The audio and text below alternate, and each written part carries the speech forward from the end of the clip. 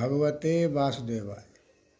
इत श्रीमद्भागवते पुराणे परमहंस्यां संहितां षट्स्कंदे अजामिलोपाख्यान प्रथम अध्याय। ये कल आपने सुना अजामिल की कथा। अब आज अथ द्वितीय अध्याय विष्णु दूतों द्वारा भागवत धर्म निरूपण और अजामिल का परम धाम गमन।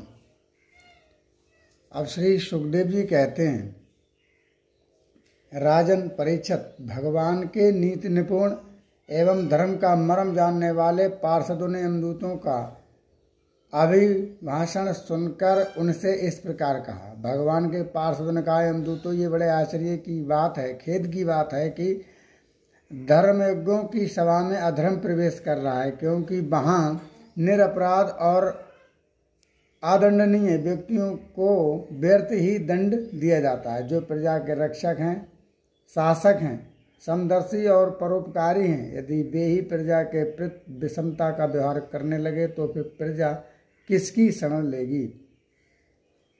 सत्पुरुष जैसा आचरण करते हैं, साधारण लोग वैसा ही करते हैं। वे अपने आचरण के द्वारा जिस धर्म को अनुकूल धर्मानुकूल प्रमाणित कर देते हैं, लोग उसी का अनुसरण करते हैं। साधारण लोग पशुओं के समान धर्म और अधर्म का स्वरूप न जानकर किसी सत्पुरुष पर विश्वास कर लेते हैं, उसकी गोद में सिर रखकर निर्भय और निश्चिंत सो जाते हैं। वही दयालु सत्पुरुष जो प्राणियों का अत्यंत विश्वास पात्र है और जिसे मित्र भाव से अपना हितैषी समझकर उन्होंने आत्मसमर्पण कर दिया है, उन अज्ञानी जीवों के साथ कैसे विश्वासघात कर सकता है। यमदूतों, इससे कोटि कोटि जन्मों का पाप राशि का पूरा प्रायश्चित कर लिया है, क्योंकि इसने विवश होकर ही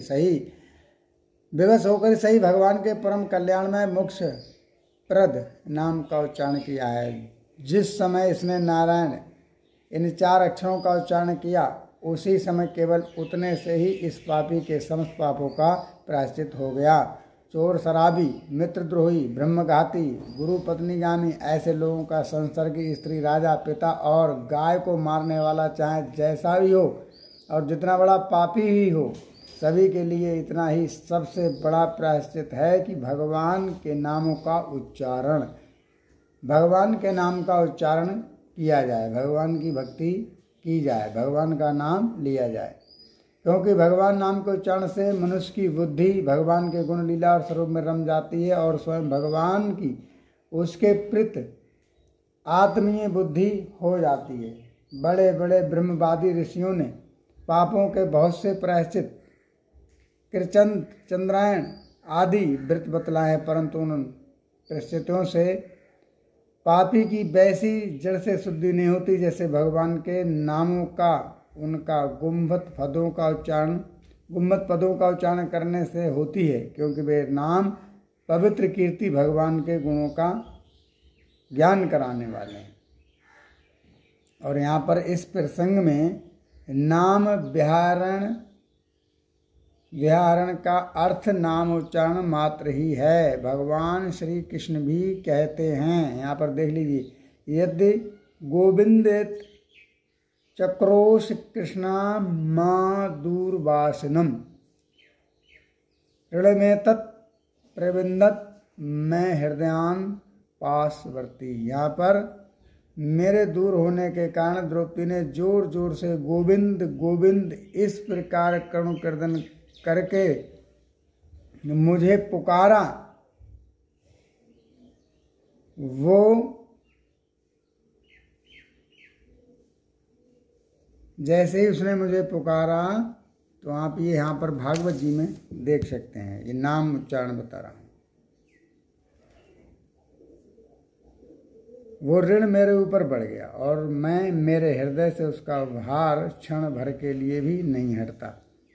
नाम पदे कहने का यही अभिप्राय है कि भगवान का केवल नाम राम राम, कृष्ण कृष्ण, हरि हरि, नारायण नारायण अंतकरण की शुद्धि के लिए, पापों की निवृत्ति के लिए पर्याप्त है। नाम नमामि इत्यादि क्रिया, यहाँ पर ये सब लिखा हुआ है।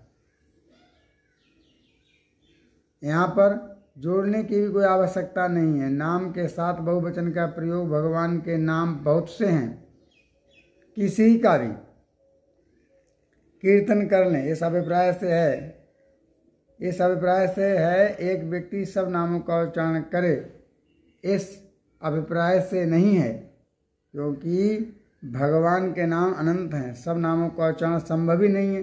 तात्पर्य ये है कि भगवान के एक नाम का, चाहे वो कोई भी नाम हो, एक नाम का उच्चारण करने मात्र से सब पापों की निवृत्ति हो जाती है, और पूर्ण विश्वास ना होने तथा नामोच्चारण करने के पश्चात भी पाप करने के कारण उसका अनुभव नहीं होता।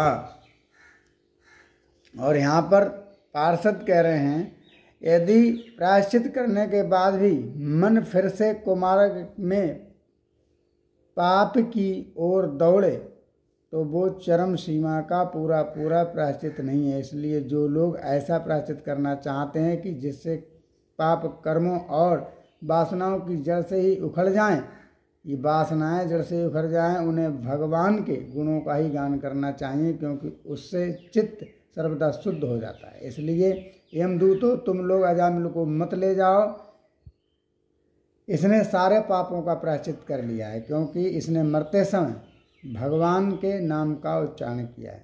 और ये जो बिंदी आपको दिख रही है, बिंदी का अर्थ जो है नीचे आता है। अभी मैं आपको दिखाऊंगा, जैसे द्रौपदी के नाम पर आया था, नाम पे भगवान कृष्ण का नाम। बड़े बड़े महात्मा पुरुष ये बताते हैं कि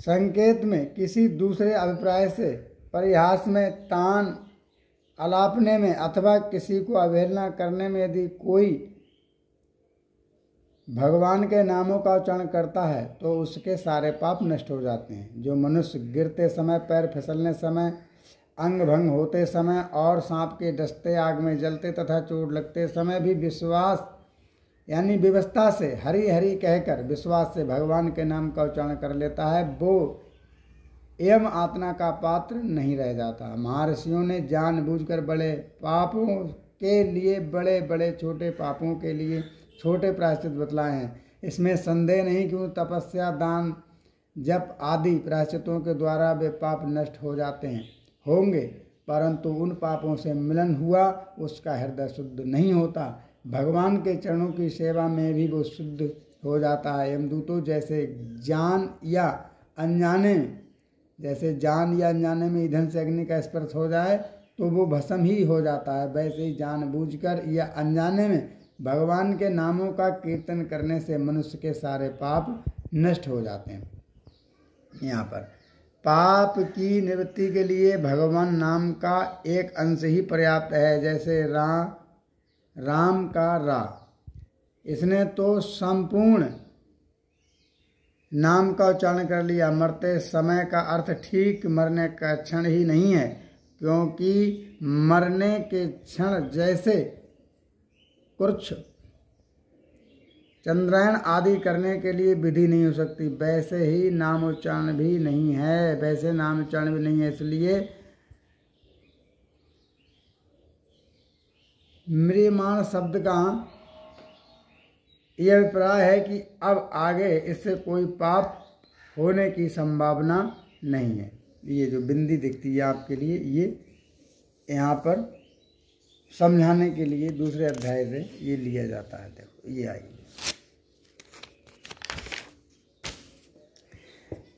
अब यहाँ पर लिखते हैं, जैसे कोई परम शक्तिशाली अमृत को उसका गुण ना जानकर अनजाने में पी ले तो वो अवश्य ही पीने वाले को अमर कर देता है, वैसे ही अनजाने में उच्चारण करने वाले भी परमात्मा का नाम लेने पर, यानी कि अनजाने में उच्चारण करने पर भी भगवान का नाम अपना फल देकर ही रहता है। वास्तु शक्ति श्रद्धा की अपेक्षा नहीं करती।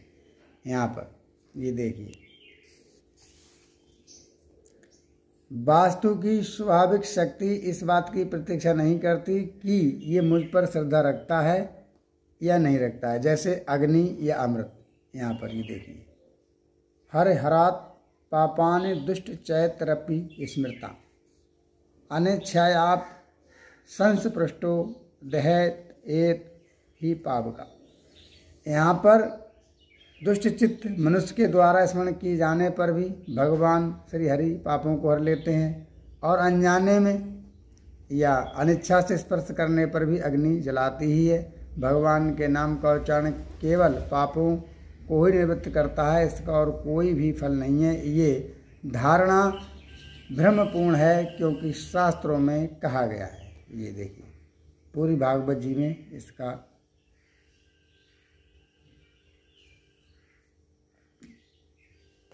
बहुत सुंदर तरीके से वृत्तांत पूरा लिखा हुआ है। भागवत जी कहती हैं, जिसने हरि ये 2 अक्षर एक बार भी उच्चारण कर लिए, उसने मोक्ष प्राप्त करने के लिए परिकर बांध लिया, यानी फेंट कस ली।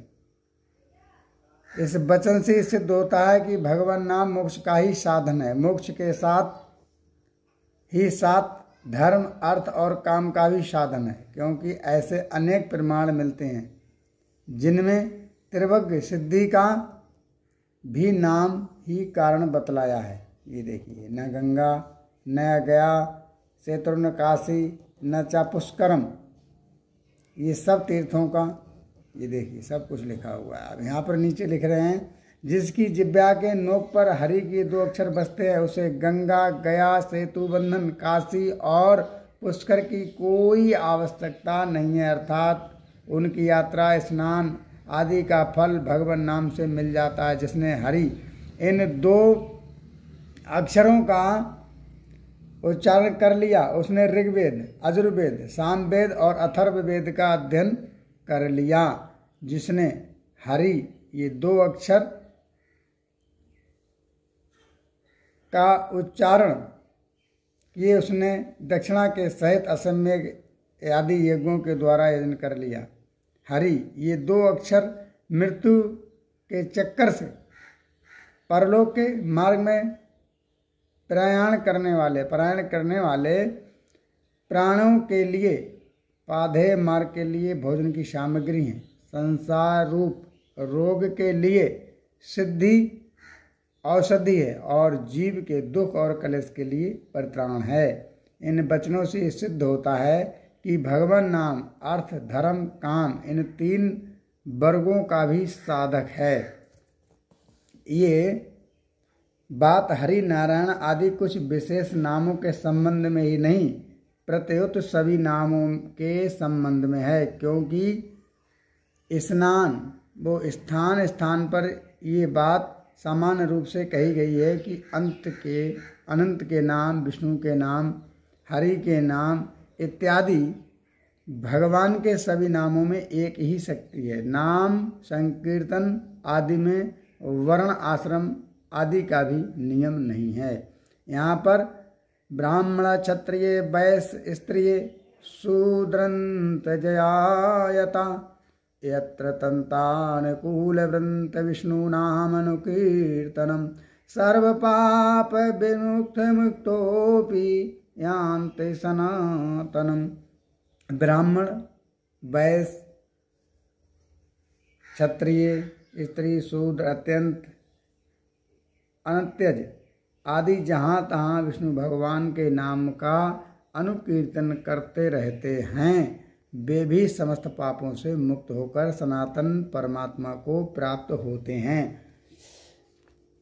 नाम संकीर्तन में देश काल आदि का भी नियम नहीं है। यथा न देश काल नियम शौचा शौच विनर्ण्य परम संकीर्तन नाम देव राम रमति मुच्यते। आप अपवित्र हैं, पवित्रो वा सर्वावस्थां गतोपि वा या स्मृत पुंडरीकाक्षात् सा भयांतर शुचि।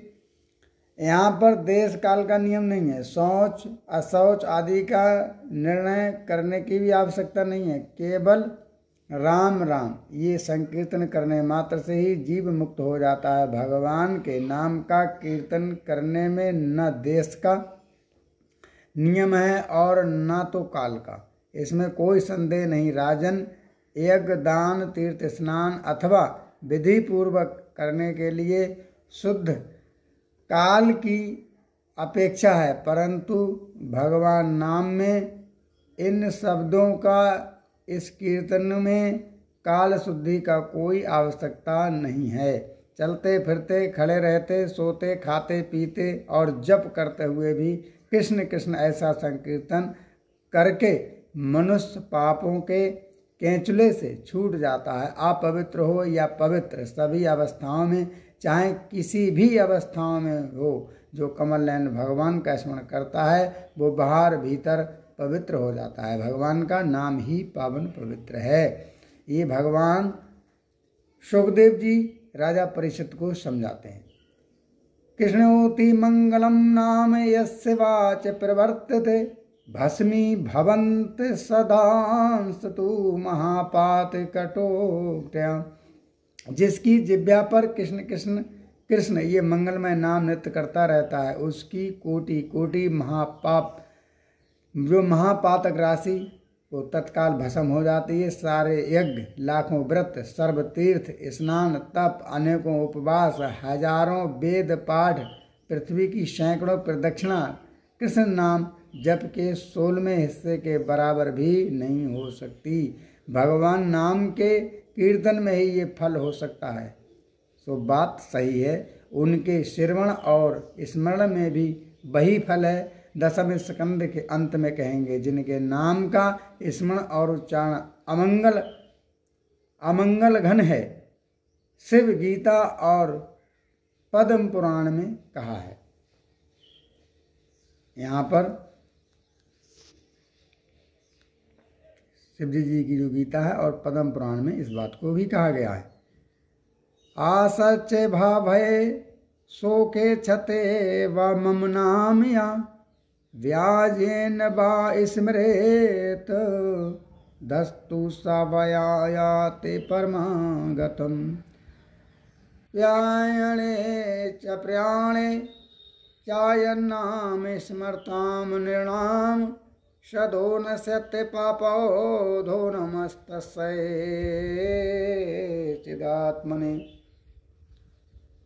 यहाँ पर थोड़ा ज़्यादा महीन लिखा है तो फ़ोन में इतना बढ़िया नहीं दिख रहा है, बाकी आप देख देख करके पढ़ सकते हैं। मेरे बोलने में कोई त्रुटि रह रही हो तो।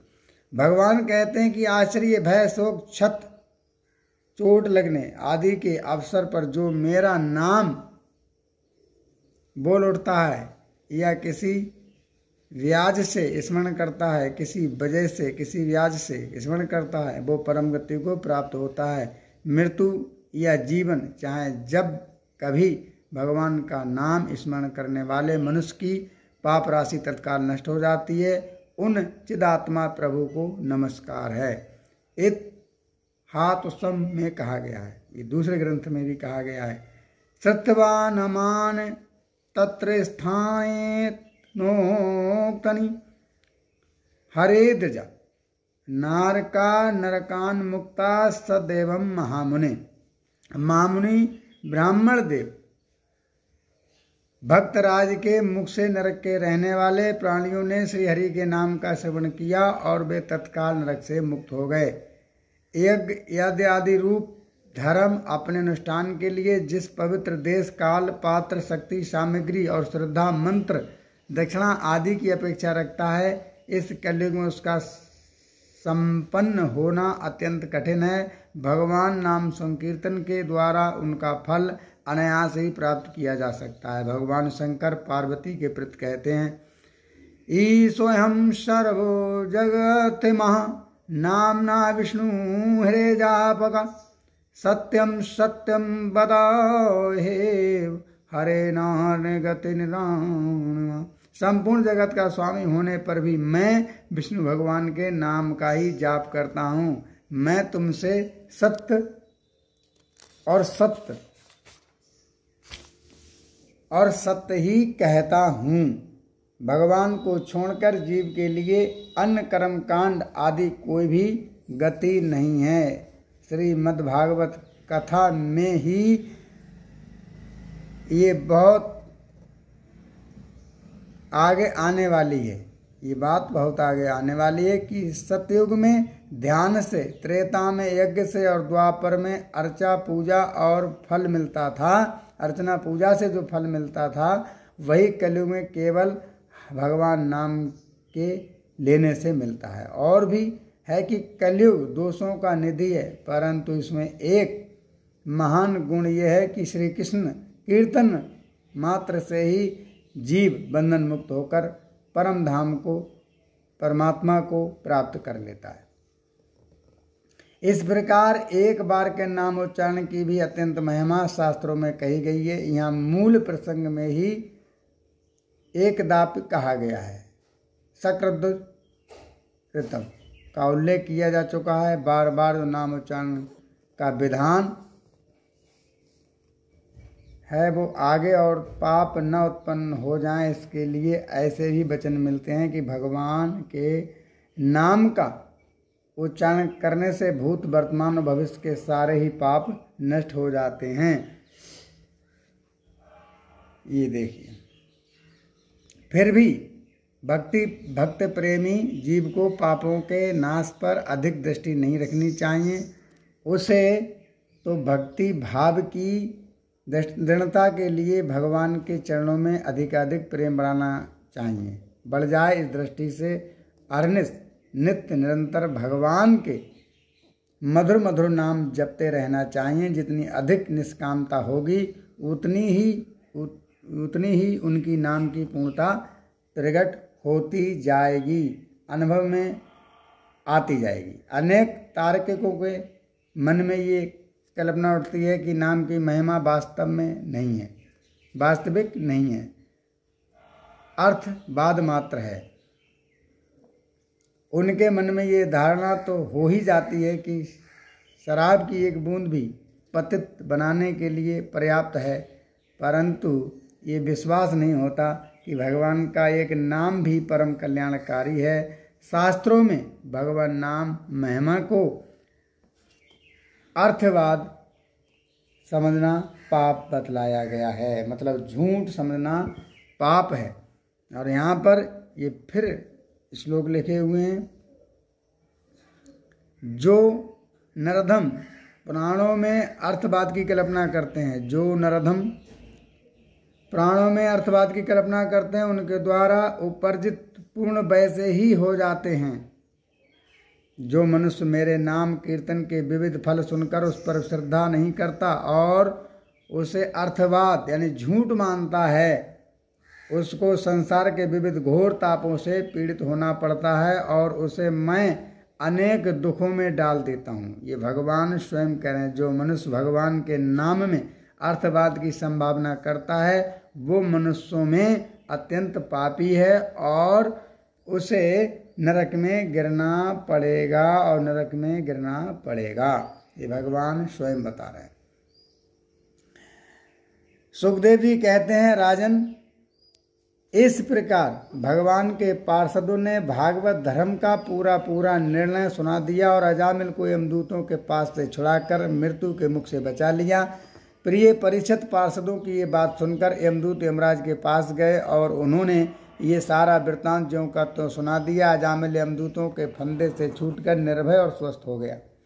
उसने भगवान के पार्षदों के दर्शन जनित आनंद में मगन होकर उन्हें सिर झुकाकर प्रणाम किया और हे निष्पाप परीक्षित, भगवान के पार्षदों ने देखा कि अजामिल कुछ कहना चाहता, तब वे सहसा उसके सामने ही अंतर्ध्यान हो गए। इस अवसर पर अजामिल ने भगवान के पार्षदों से विशुद्ध भागवत धर्म और यमदूतों के मुख से वेदोक्त सगुण प्रवृत्ति विषय धर्म का श्रवण किया था। सर्व पापहारी भगवान की महिमा सुनने से अजामिल के हृदय में शीघ्र ही भक्ति का उदय हो गया। अब उसे अपने पापों को याद करके बड़ा पश्चाताप होने लगा। अजामिल मन ही मन सोचने लगा, अरे मैं कैसा इंद्रियों का दास हूँ। मैंने एक दासी के गर्भ से पुत्र उत्पन्न करके अपना ब्राह्मण तत्व नष्ट कर दिया।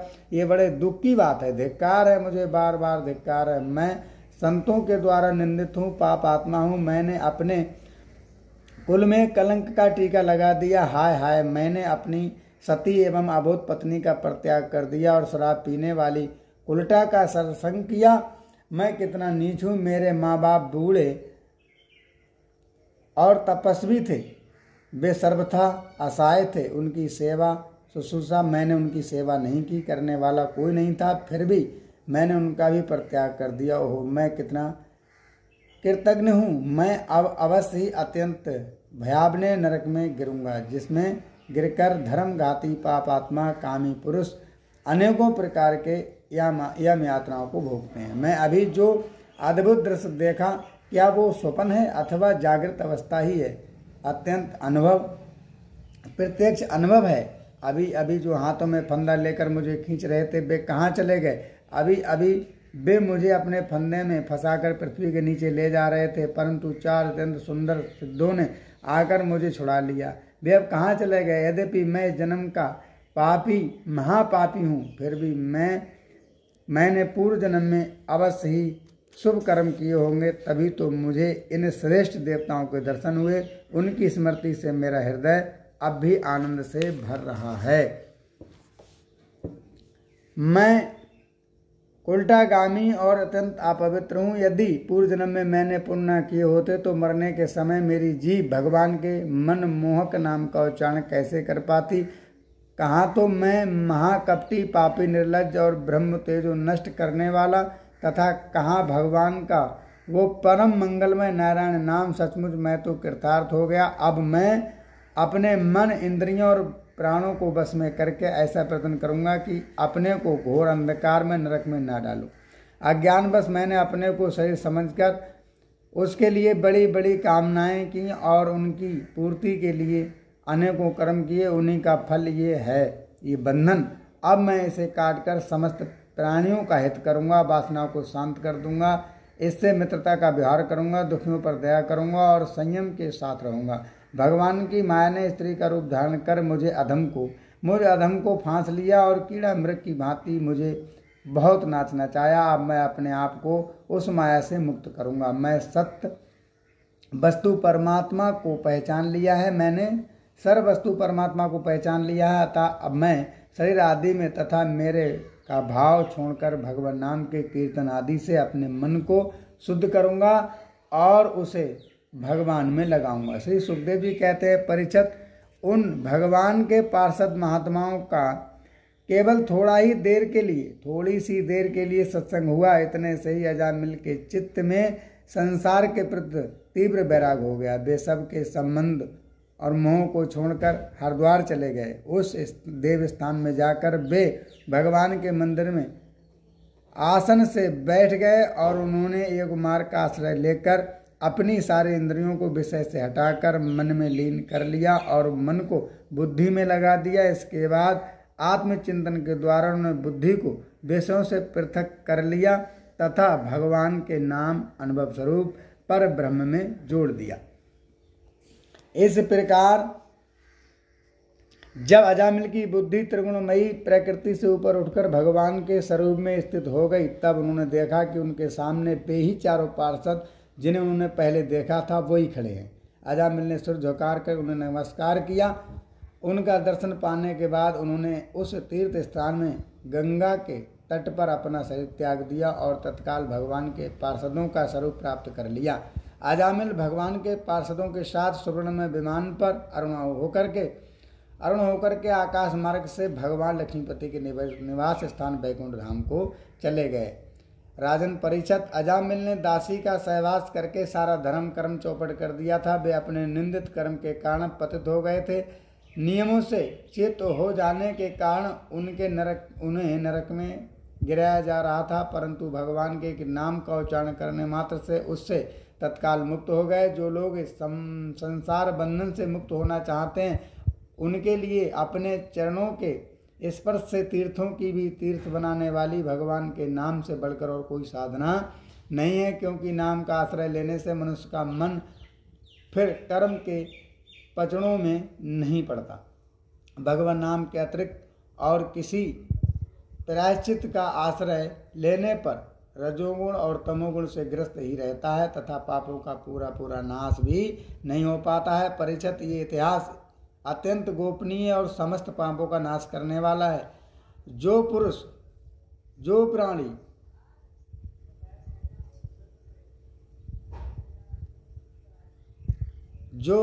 श्रद्धा और भक्ति के साथ इसका श्रवण कीर्तन करता है वो नरक में कभी नहीं जाता। यमराज के दूत तो आंख उठाकर उसकी ओर देख भी नहीं सकते। उस पुरुष का जीवन चाहे पापमय ही क्यों ना रहा हो, वैकुंठ लोक में उसकी पूजा होती है। परीक्षित, देखो, अजामिल जैसे पापी ने मृत्यु के समय पुत्र के बहाने भगवान के नाम का उच्चारण किया और उसे भी वैकुंठ की प्राप्ति हो गई। फिर जो लोग श्रद्धा के साथ भगवान का उच्चारण, भगवान नाम का उच्चारण करते हैं, उनकी तो बात ही क्या है। इत श्रीमद्भागवते महापुराणे परमहंसाय संहितायां षट्स्कंदे अजामिलोपाख्यान द्वितीय अध्याय समाप्त होता है। इसलिए हम सभी को भगवान का नाम लेना चाहिए। वो कह रहे हैं, परीक्षित, ये इतिहास अत्यंत गोपनीय और समस्त पापों का नाश करने वाला है। जो पुरुष, जो व्यक्ति श्रद्धा और भक्ति के साथ इसका श्रवण करता है, यानी इस कथा को सुनता है या पढ़ता है, वो नरक में कभी नहीं जाता। यमराज के जो दूत हैं वो तो आँख उठाकर देख भी नहीं सकते। यानी कि भगवान के धाम में जिसे जाना है तो वहाँ अजामिल की कथा को सुनना चाहिए। बोली भागवत भगवान की जय। श्री हनुमान जी महाराज की जय। अब आपने कल की कथा में आप देखेंगे यम और यमदूतों का संवाद। यहाँ पर जो स्वर्ग इत्यादि में वार्तालाप हुआ, वो दूतों से क्या क्या कहा, अजामिल का वृत्तांत, वो सब वहाँ पर जाकर होगा भगवान के धाम में। ये लिखा है अथ तृतीय अध्याय, यम और दूतों का संवाद, उनकी डांट पड़ेगी, ये सब लिखा हुआ है यमवाद। आपको भागवत जी कैसी लगती हैं कमेंट में बताएं, और अच्छा लगता है तो वीडियो को शेयर करें, लाइक करें, कमेंट करें, और जहाँ बोलने में त्रुटि रह जाती है उसको आप रोक करके देख सकते हैं, क्योंकि यहाँ मैं फ़ोन के कैमरे से ही सिर्फ वीडियो बनाता हूँ, तो हो सकता है कभी कभी ब्लर इत्यादि लग जाता है तो साफ दिखाई नहीं देता है। इसलिए आप लोग ध्यान से देखेंगे और पढ़ेंगे, सुनेंगे। जय श्री राधे, जय श्री श्याम।